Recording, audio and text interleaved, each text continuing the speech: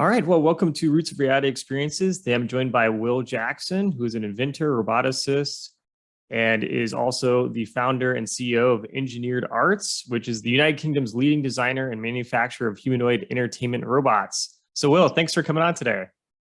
Thank you, Ben. Yeah, what to say about that? So when did you first get interested in robotics? I think I built my first serious robot when I was about 14, 15 years old. I built a 6502 Acorn Atom, kind of similar to an early Apple. Okay. And I taught myself to code assembler, and I had so little memory on that early machine that I used to actually code in hexadecimal because 3-character mnemonic was too much memory to use. So things have changed a bit since then. Sorry, this is really geeky, but yeah, so I've been making robots all my life. I had a kind of turning point when I went to college, and should I study engineering or should I study art? And I decided if I studied art, I could get away with doing engineering at the same time. But if I studied engineering, they would never let me do art at the same time. So I chose art, but it was quite a technical design course. Taught me a lot about hands-on practical making. That was at Brighton in the UK. Sure. And then I left there, and I went to work in special effects for a few years, did various design and making kind of jobs, and ended up founding Engineered Arts in 2004. Wow, okay. So you've been really doing lots of things that seems to all actually connect though with what your company does today. So yeah, kind of fusing those interests. Yeah, it's always been about, it's about communication, it's about interaction, it's about communication with people. It's that human interface. That's the part that I think I really enjoy. So it's making a machine that people engage with on a level as if it was alive. That's the kind of fun of it. Yeah, that's really interesting.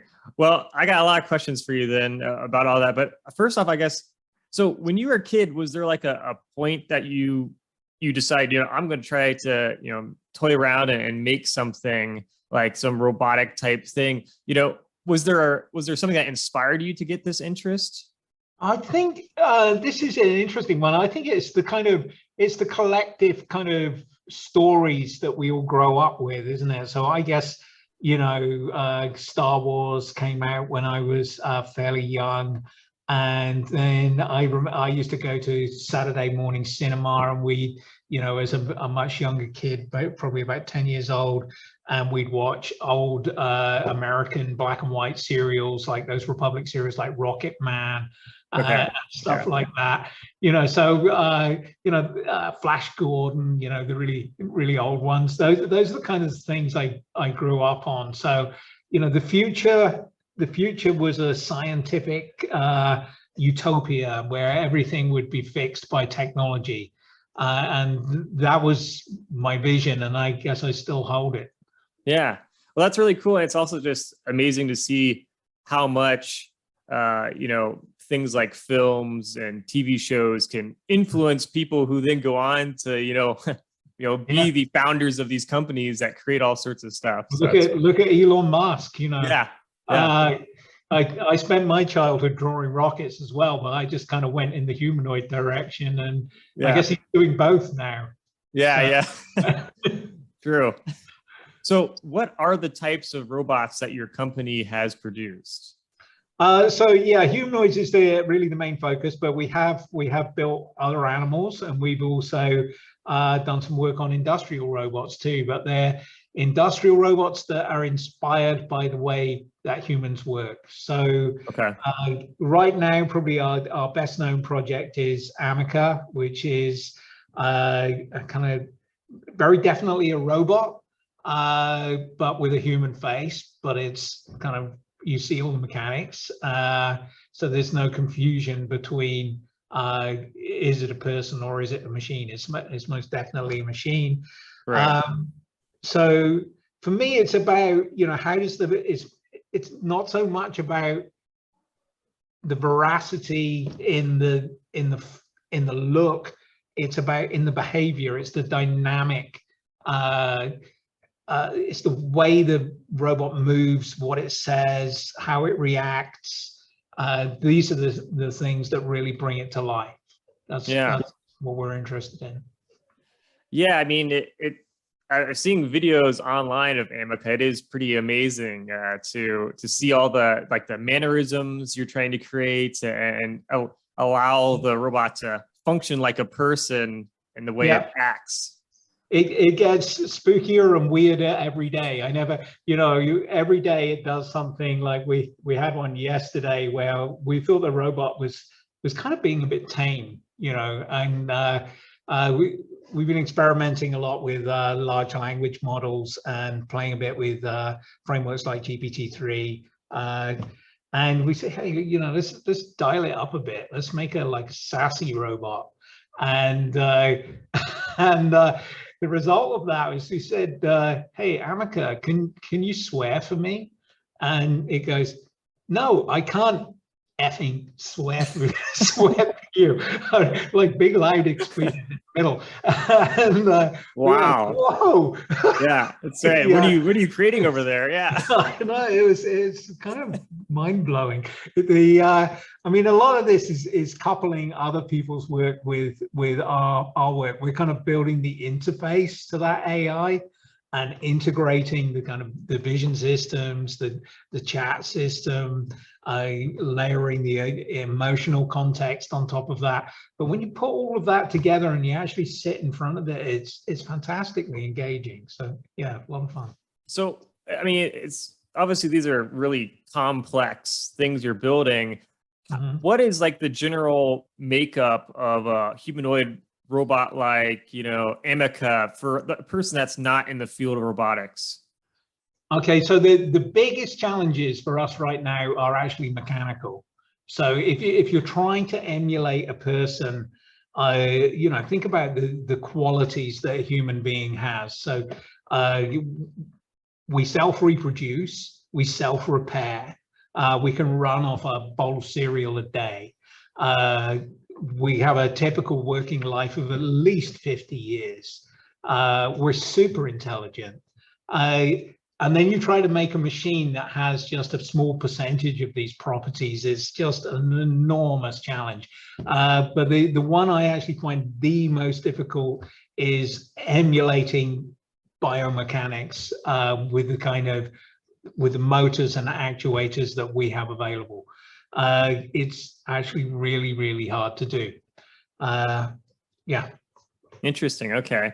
And how do you program the robot to have conversations with people? How does that work? Okay, yeah. So we also within the company, we've spent a long time building the software stack, the kind of framework that enables that. There are many levels to it. So at the bottom level, you've just got the pure motion control. How does a motor move a finger or an arm from one position to another? And then you move up through the framework, and then what actually decides to move it, and what should the motion look like? And then you've got all of the things that feed into that decision. So, can I see people in front of me? What objects are here? What did I hear? So it's a big integration task where you're bringing together a lot of software components and trying to make them all work in harmony. And it can get very fragile. It very easily goes wrong. So we're now in, I think, the 5th generation of our entire framework. And it's got to the point where we really just have to kind of rip it up and go to the next framework, because you've got this tower of cards, and the slightest little thing, and whoa, the whole robot comes down, you know. So it's the complexity gets to a point where it exposes all the fragile parts of the architecture within the system. So yeah, I could get very technical about this, but you're stacking a lot of things together, and then you have to think, okay, take a step back. How could I do this in a simpler way? One of the big problems we have at the minute is just debugging the whole system. So what is in the mind of the robot? You know, what did it see? What did it hear? Who said what? Where does it think things are? So one of the things we have is a component called Viz, which just visualizes in 3D everything that's in the robot's mind. So any people that it can see, what it thinks they said, any objects that might appear in the scene, hand poses, anything that we can recognize using computer vision. So we feed all of that in. Then you get, so you've got microphones in the robot's ears, so you're listening for what people said. Then you have a problem like, yeah, but who said what? Did that guy's lips move when I heard those words? And did the lip moves match up with the words I heard? And you know, you can do also things like directional audio, so you can try and pick up just in the way that we do using both our ears. You know, we can tell, is somebody behind us, is somebody to the left, to the right. So we can use those kind of things, but you have this sense of fusion problem, like how do I line up the information I got in audio with the visual information I have, with the other context that I put around that, and then how do I turn that into a decision about what to say? There's just so many ways you can approach it. Yeah. Wow. Yeah, I mean, that's all really fascinating, and I guess interesting because the robot basically collects data on what it's seeing as you described, and all these things can help you improve it and create, I guess, better versions later. Yeah, right now the robot has a really short-term memory. So it will only remember since you start the software running, it only remembers what happened within that session. So, you know, you could say, hey, I'm Ben, you know, talk all about Ben, and then switch a robot off, switch it on again, and it would go, hey, who are you? I've never heard of you before. You know, so it's a bit of a goldfish at the moment. So long-term memory is something we're working on. But then you get into all kinds of privacy considerations about that. You know, so what would you want a robot to remember? Would it remember everybody it saw you with and everything it saw you do? And you know, does it talk about that to your girlfriend? And you know, that's right. So you open up a real can of worms when you start looking at long-term memory, and we're still working out how to address that. Yeah. So I guess sort of AI ethics is always something that's in the equation that you have to consider. It's a really big part of the equation. You know, how can you? We're interested in doing stuff that's accessible, that's fun. There's kind of no underlying dark narrative to what we do. It's all about, you know, it's about enjoyment. It's about getting pleasure out of that technology. So we're very aware that some people are afraid and reticent, and they have probably rightly a fear. I would say you shouldn't fear physical harm from a humanoid robot. I think that if you do get harmed by one, it will be accidental. It's a piece of machinery. If you get in the way, you know, you might get hurt. But they're not going to come after you with intention to do harm. I don't think the AI that we have today I don't think anybody has an AI that is, you know, it shows any semblance of sentience. So things like GPT-3 are, on the surface of it appears fantastically clever, but it's really not much different from like autocomplete when you type a Google query in. You know, it's just looking like it's got this enormous corpus of information, and it's like, well, he said this, and usually what comes after that is something like this. And Right. so it's just going like, if this, then that. If you ask it a kind of logical question, it very most often fails. So Yeah. it really doesn't make decisions like I hate all humans and will destroy them. You know, it's if you said that, it would just find the sentence that goes with it. You know. Yeah. Yeah. That's right. Yeah. Yeah, it is always funny because I feel like when it comes to things like robotics and lots of scientific things in the world, people kind of let their imaginations run free with what it's capable of doing based on, you know, the science fiction films they've seen or the books they've read, you know, iRobot or whatever. But people have a tendency, I guess, to exaggerate just because they're, I guess, fascinated by it. So I guess, and it's partly you show a little bit of something and it implies something else. And, you know, people then project onto it all kind of things, human kind of traits that actually they forget that it's a machine, and they project onto it, well, if it made that expression and looked at me that way, then it was thinking about me. And actually, you know, it just recognized the face and randomly chose an expression, and it doesn't even know who you are, you know, but it's right. we tend to treat it as if it's another person because that's what we're used to, you know. So we endow it with many more powers than it actually has. Right. That's right. Yeah, I just think it's like, or maybe that's just what the robot wants us to think, and then it's really planning. It's well, I really don't think it's that clever, but maybe it is. Maybe it's fooled me, you know. That's right. To see how many people I could freak out just for fun. Yeah, it's yeah, that's really cool though. So how would you say, like, when it comes to artificial intelligence, how advanced is Ameca, for example?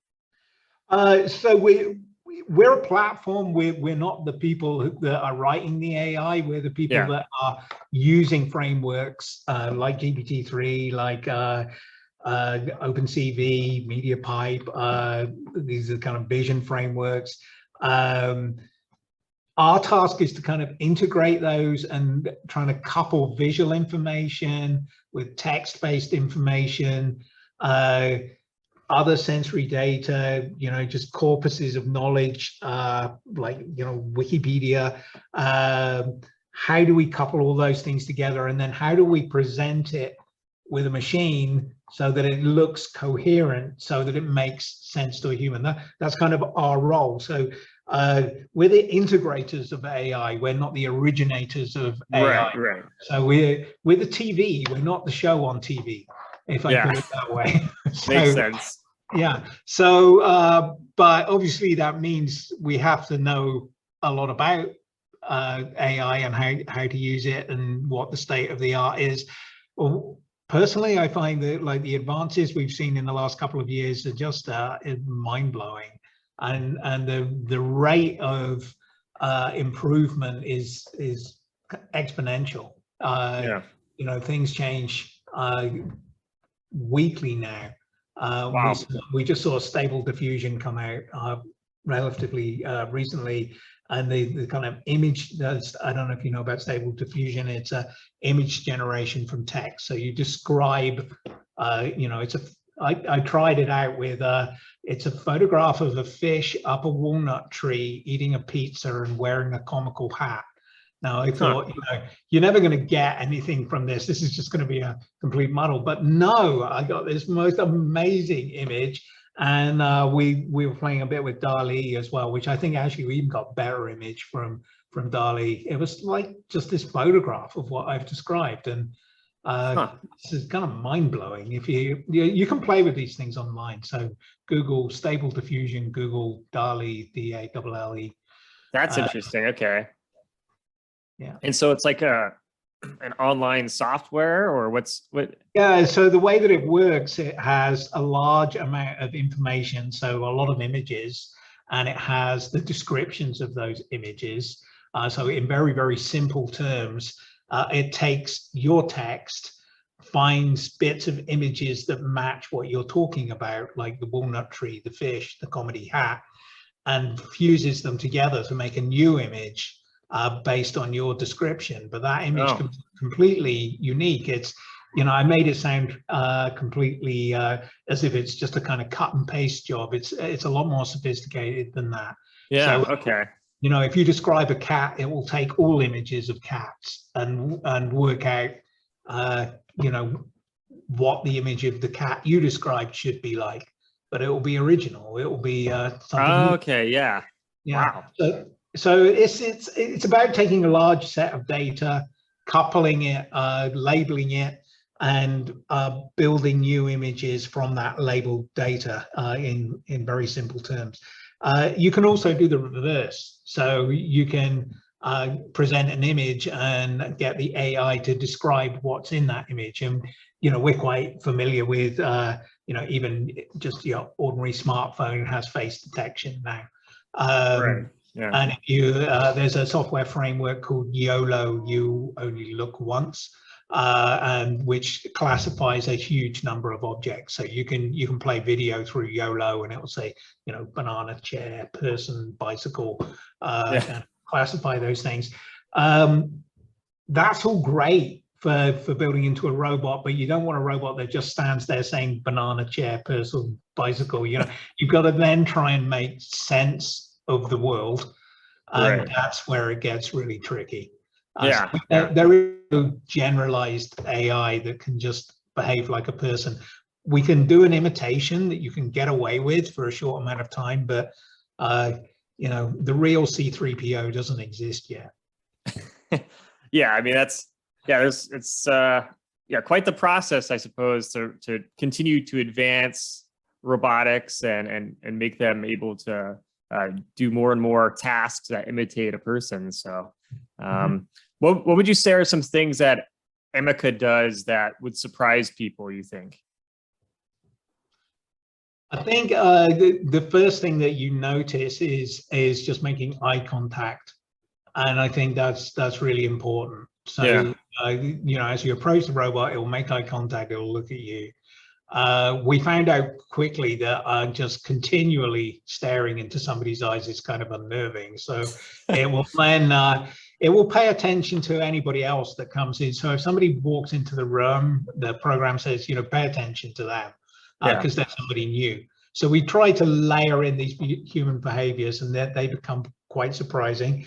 And then we try to make it so that the robot is not irritating. So you don't want a robot that says, human, please state your question, kind of thing. So we try and code for something more natural. So if you stand there staring at the robot for a while, it'll just say like, what are you staring at? You want to talk to me or what? It will say something like that. So, but that's kind of choices that we make. We can define, we can basically feed into the AI. These are examples of the kind of thing a robot would say and a kind of thing a person would say. And what the AI will then do is it will go, okay, these are the parameters. This is the kind of question answer that I'm looking for that fits this pattern. And it will go back, and it won't just parrot back the examples we gave. It will find other things that fit that pattern. So you can build the personality, the functionality of the robot by example. Okay. And so when it comes to like having conversations in with the robot, what conversations, like how in depth can you get? I think my favorite one that I've ever had was I asked the robot, do you think that people should live forever? And the robot went, oh yeah, it would be great if we didn't have the suffering of death and bereavement, and it would be so much nicer if just people lived forever and everybody was happy. And I said, okay, so what would the consequences be if everybody lived forever? And the robot said, well, of course, all the resources on planet Earth would be consumed very quickly, and everybody would starve to death and die. And I said, whoa, so do you still think it's a good idea that everybody lives forever? And it goes, well, I think it's a matter of personal choice. so, Wow. these kind of things you can get into, but really it's trawling through a lot of information and it's finding, this is the kind of answer that goes with this kind of question. Right. But you get this appearance of something it Like, appears more clever than it is. But you right. get into those kind of conversations, which I find pretty intriguing. Yeah. I imagine, especially if you have like just a kid or something talk to it, a kid could probably be pretty freaked out by, interacting with the robot because. Yeah, it's fun. It's a lot of fun. I really enjoy it. And we see that as an application. I think people enjoy it. We've taken it out, put it in public spaces and watched how people react. And you tend to get a crowd of people around the robot. Yeah. That presents some programming issues for us because the robot, there's a thing called the cocktail party problem. So imagine you're at a cocktail party, there's all these people talking at once. Yeah. Who's talking to who? Was it intended for me? Should I answer that or not? The robot, the way we have it at the moment, it's very hard to work out what was directed at robot and what wasn't. And it's a problem we're trying to solve. And the robot ends up becoming like your worst party guest. It just talks over everybody. Whatever you say, it's like, hey, I'm going to answer that, and kind of butts into everybody's conversation. So, yeah, that's a headache we have to solve. But I know that it's such an engaging experience. It's so much fun, to talk to an AI. Yeah, I mean I think that's an experience that everyone would love to have. It's such a unique thing. To think that we can create robots like that and to think what can be next after that type of robot. So amazing. Where do you think then artificial intelligence or robotics is headed in the future? I think robot hardware right now is expensive. It's not going to be something you're going to see in your home very soon. So you're not going to be going to Costco and buying a robot for a few $100s that wanders around your house. And even I think, Tesla have said they're aiming for tens of thousands of dollars, maybe a kind of car kind of price. I think that is going to take quite a bit of work to get there. So I think it's going to be a few years before you see that. The kind of applications you can do, if you can put a robot in a situation where you have a lot of people, and this is the kind of application we're doing now. So we're putting robots in museums, like visitor attractions, science centers, that kind of place where you've got a lot of people passing by. Then you can justify the cost of the robot because it interacts with a lot of people. So they're all paying a small amount. Right. But if you have that one robot in your home, then all of the budget's on you. You're going to pay for the whole thing. So I think those are the applications we're going to see last. And it's interesting that the kind of trivial utility tasks, which are probably the lowest value, are also some of the most difficult to do. So robot, go make me a cheese sandwich is an immensely dexterous task that requires picking up squidgy bread and handling a knife to spread squidgy butter everywhere. You can just imagine how this is going to go and what your cheese sandwich is going to look like. You need an enormous amount of dexterity to do that. But what is a cheese sandwich worth? $3 or something. So you don't want to have a $1 million robot making you the $3 sandwiches. It just doesn't make any sense. Yeah. What is really valuable about a robot is the kind of entertainment and the interaction you can have. That is much more fun, and I think much higher value. And fortunately, it's also a lot easier to do because it doesn't require all of the dexterous manipulation, bipedal walking, Right. So, yeah. Yeah, that makes a lot of sense. I mean, obviously, just any types of entertainment is something that everyone can relate to. So all people enjoy having something to entertain them. So that seems like the universal robot that would be appealing, I guess. And we you know, we're happy to pay money to go to the movies or go to a theater or you know, see a show. Yeah. That kind of, hey, I'm going to pay for this experience. That's a familiar thing for us. You know, something we do all the time. So you know, just bringing another kind of experience to the things that are available, I think that works quite well. Yeah. Yeah, that makes sense. So, I mean, it sounds like then, from my understanding, that you know, it'll probably be a very long time before robots are like highly I wouldn't say a very long time, because things okay. change in an exponential way, you know. So Yes. there's like, you know, hey, it's going to take me 10 years to do this, and you come back in 5 years and you look at it and it's only like 5% done. I can't remember the guy. There's a story like this. The guy says, "Yeah, you know, I'm right on track. I'm 5% of the way there, and 50% of the time is gone." And they go, "What do you mean?" Well, of course, it goes way faster because now I know how to do it. You know, Right. Just depends on the and breakthroughs, I guess. yeah, and it can be. It's not a linear process ever. So one of the big things that we're waiting on in the robotics world is the actuator that can imitate human muscle.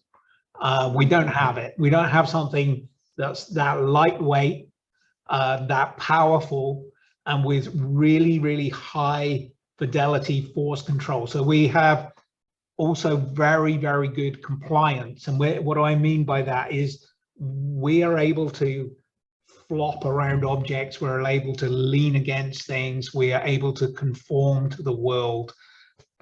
Those properties are super important for a robot. Now, most robots today are position controlled. They are quite rigid machines, so they go from position A to position B. Now, if you happen to be in the middle of that, robot goes through you, and that's going to hurt, you know. So what you want is something that moves with the minimum of force, that if it comes up against something, it will just very gently stop. And that's a completely different paradigm in the kind of actuation, the motor control, the gearboxes that people are using in industrial robots now are just not appropriate for that kind of robot. So this is one of the big breakthroughs we're waiting for. If somebody can come up with artificial muscle that has the properties of biological muscle, things will just change overnight. You will see a whole different era of robotics, and all kinds of things will become possible that are not possible now. So do you have like an estimate then for like when you think that robots may become kind of a common thing to see in society? Or I think it's already become more common. You're going to see more things, and they'll be in public spaces is where you're going to see them. So shopping malls, train stations, airport lounge, those are the kind of places where you're going to see robots. And in fact, I've already seen some. I saw, you know, you can wander through you know, the shopping or the cafe area of an airport now, and you'll see a little robot, usually holding a screen, which is okay. kind of sad little robot, I think. But you know, I think robots shouldn't need a screen. You know, they should just have a face and talk and behave like people do. They shouldn't hold up a screen and say, "Hey, I'm really a computer on wheels." You know, that's kind of lame, I think. But it's already started to happen. You will see more and more of it as the technology advances, and I think what will happen is people will accept it very quickly. You know, I'm now 57 years old, and I remember the advent of cell phones, mobile phones, and you know, when you first saw somebody with this huge clunky briefcase-sized thing walking down the street talking, you were like, is that person insane or what? You know, and now we just all of us are doing it all the time. You and I are having this conversation, talking to each other on two flat screens via with our webcams connected over this internet. This is from Flash Gordon, 1938. You know, you're the Emperor Ming, and I'm Flash. You know, we're we're living in that future now, and we're just so used to it. We're not sitting here going, wow, I can't believe it. I can see that guy, you know, and he's in America and I'm in the UK, and wow, I'm not, you know, it doesn't even cross my mind anymore. Yeah. You know? So it's true. the same thing will happen with robots. They will just become so familiar in your life that you're like, hey, you know, robot, get out of my way. Yeah. Yeah. I mean, it's pretty exciting. And I think, yeah, you're absolutely right. I mean, people tend to pretty much, for the most part, enjoy new technology and bring some interesting excitement to the world. And obviously, we're living in an age where technology has been rapidly increasing in sophistication. So, I mean, it's amazing how much we've done in the last 50 years when you look at, you know, the history of human civilization, where you know, the types of advances we're making right now did not happen. So it's pretty awesome.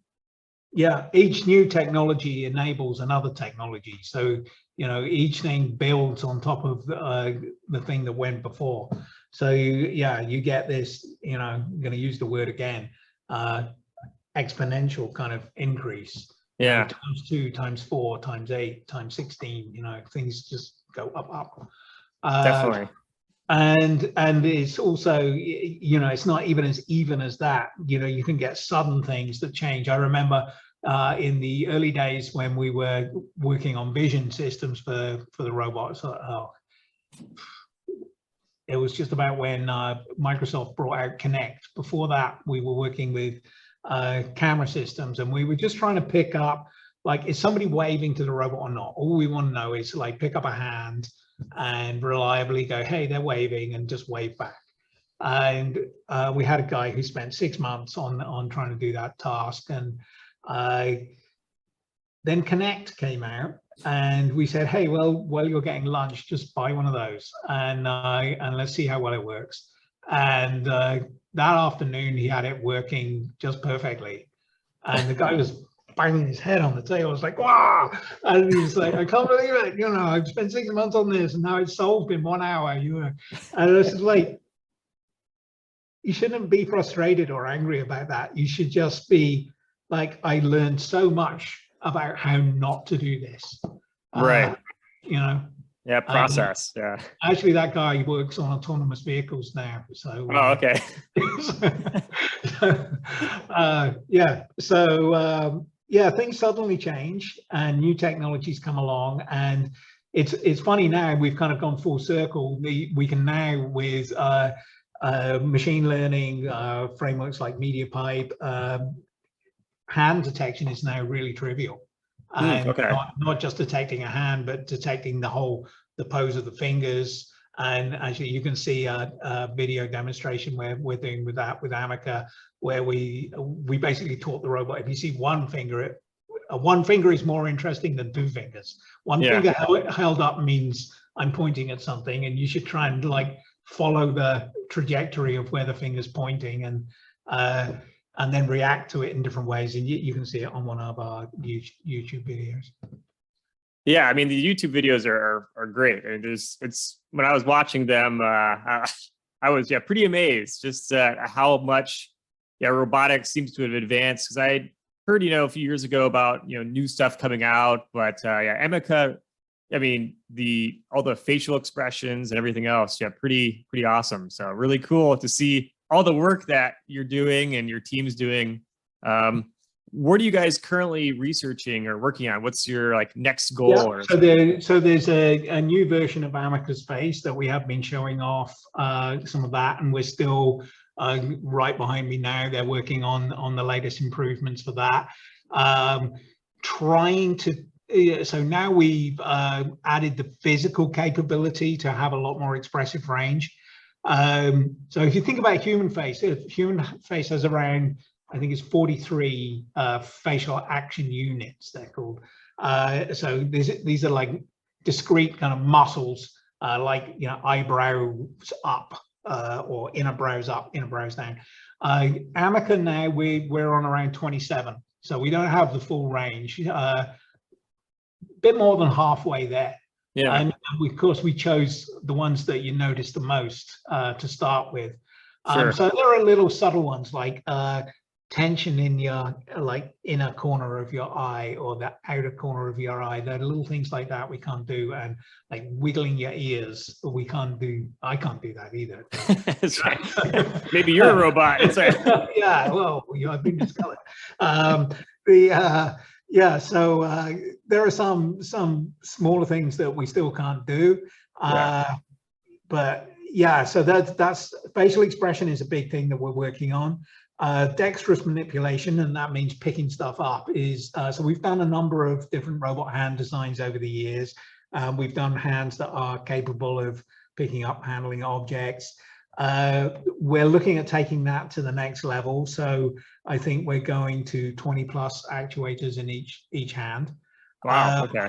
One of the challenges with Ameca is we're going for a full body humanoid. So you'll see there are some really nice robot hands around. So there's a company called Shadow Hand who make a really nice robot hand. But one thing you'll notice about that is the motors that drive the hand are much bigger than a human arm would be. Okay. It's really a hell of a challenge to fit all those motors in. Now, we have a design philosophy within the company is you don't break the human form. You don't break what humans should look like. So you can't do what I call Popeye syndrome, where you have these massive forearms because you couldn't make the motor small enough to do the hand. So we always work within that, like what looks right in terms of proportions of a human. Because I think it's important that you feel like, hey, this thing is like me. Yeah. You know, so you see some fantastic robots like, you know, Boston Dynamics make the most sort of athletic, running, jumping, acrobatic kind of robots, but they don't worry so much about the breaking the human form thing. So the thing will have a massive backpack on. It's quite a bit bigger than human size and a lot heavier. Yeah, it's a humanoid in that it has 2 arms and 2 legs, but it kind of ends there, I think. So we're more interested in being more accurate to the way we think about what's human. I think it makes the robot more friendly. Yeah. Well, yeah, I mean, that's definitely, I think, and kind of the natural, I think, human instinct. People want to gravitate towards things that are like us.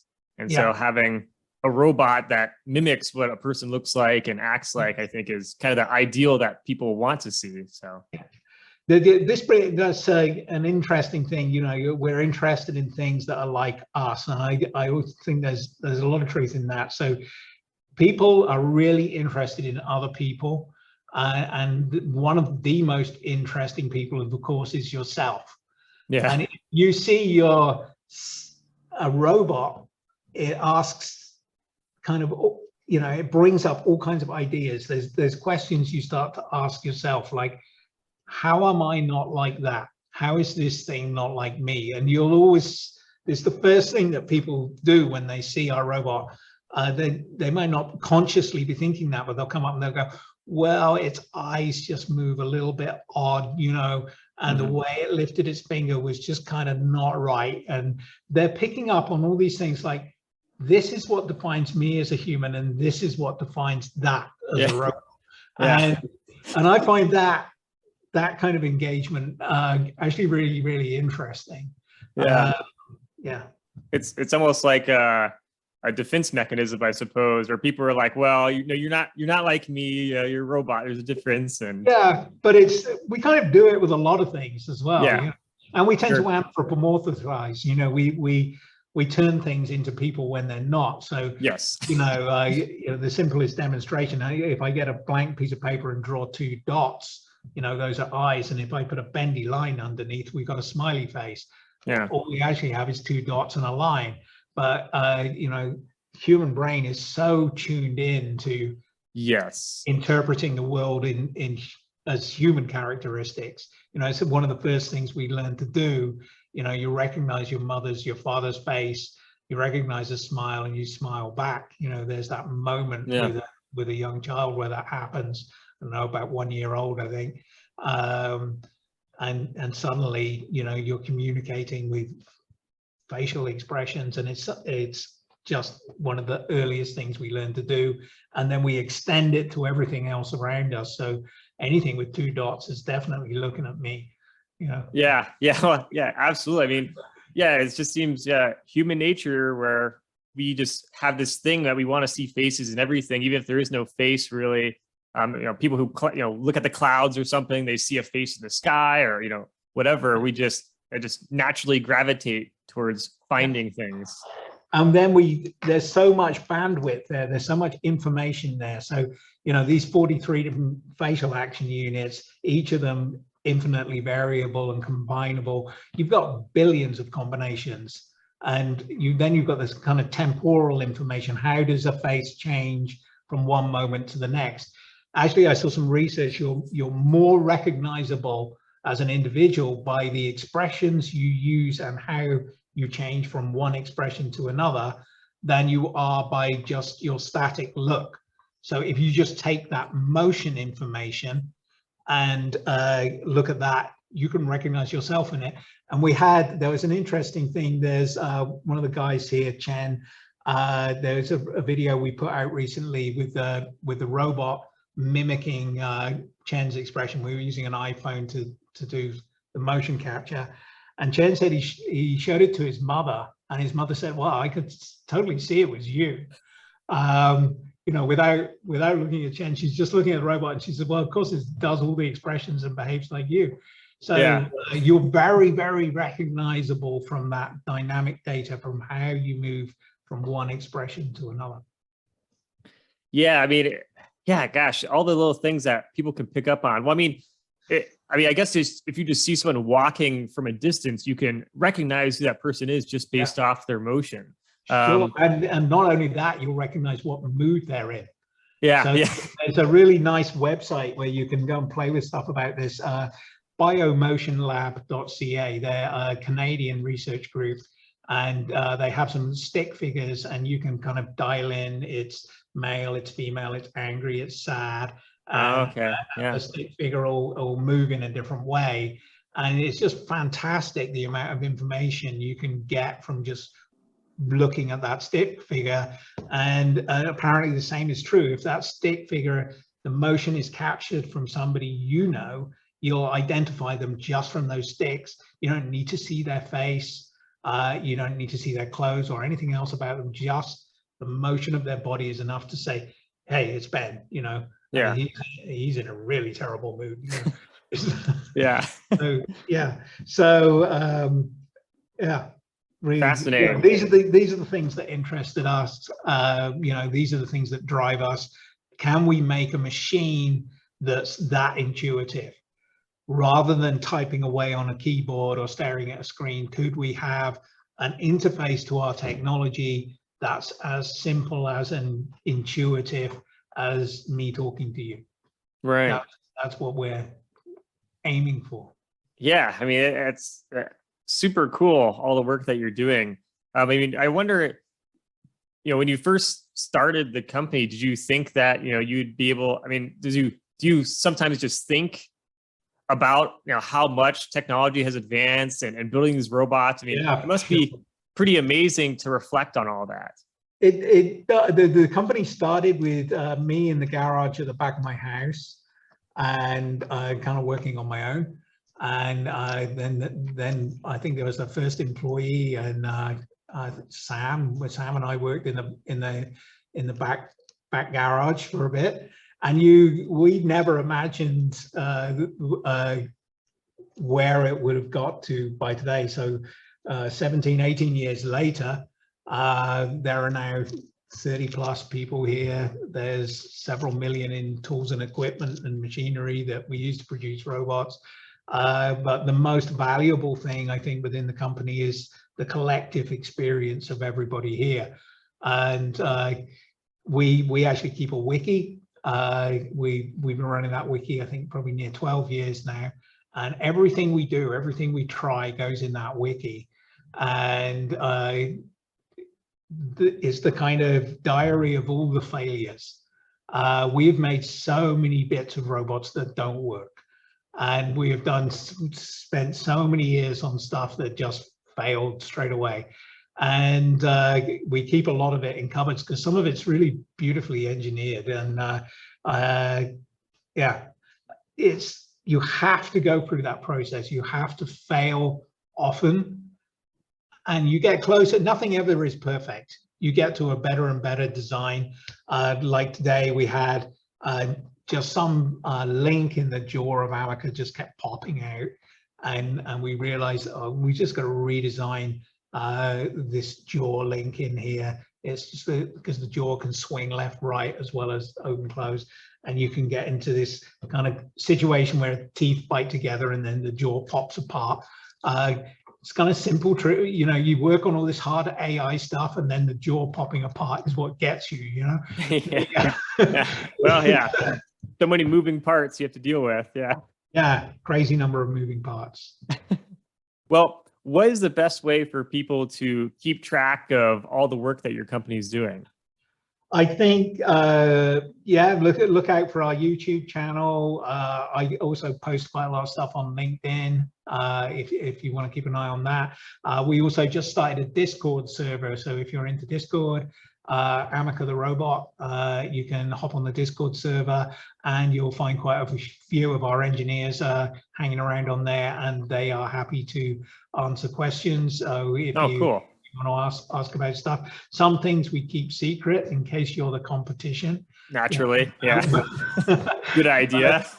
But you know, generally we try to be as open as possible, and you know, we want to hear people's ideas and thoughts, and share stuff. So yeah, hop on the Discord, make comments on YouTube, you know, connect on LinkedIn. You know, these are the ways to interact with us. I assume like Twitter and Facebook and other things. Twitter too. as well, sure. Yeah. Personally, I don't tend to use Twitter much, so right. Yeah. Okay. So if you want to get a hold of me, don't use Twitter. Yeah, that's right. Yes, that's true. But plenty of other ways if someone wants to. So awesome. Yeah. Well, thank you so much for taking the time to talk to me about all your work. Really kind of like a cool glimpse into the future of the world. So really fun, and yeah, thanks again. So well, thanks for inviting me, Ben, and thanks for all the cool questions you've asked and the kind of ideas that you've raised. It's always fun to talk about.